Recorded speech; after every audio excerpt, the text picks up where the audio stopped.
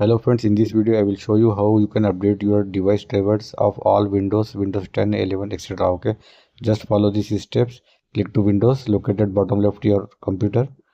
Here in this list you can see device manager.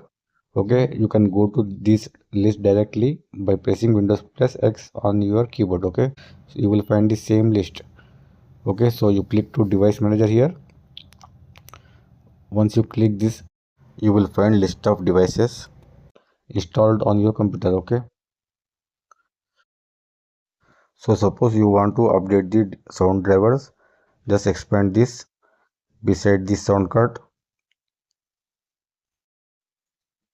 right click here and select the update driver. So it is asking how you want to update the device drivers. Okay, so you have to select the first option if you want to update the device drivers automatically. Okay, so once you click the first option, this one, the Windows will automatically download the device drivers and install for your PC. Okay, so just click this.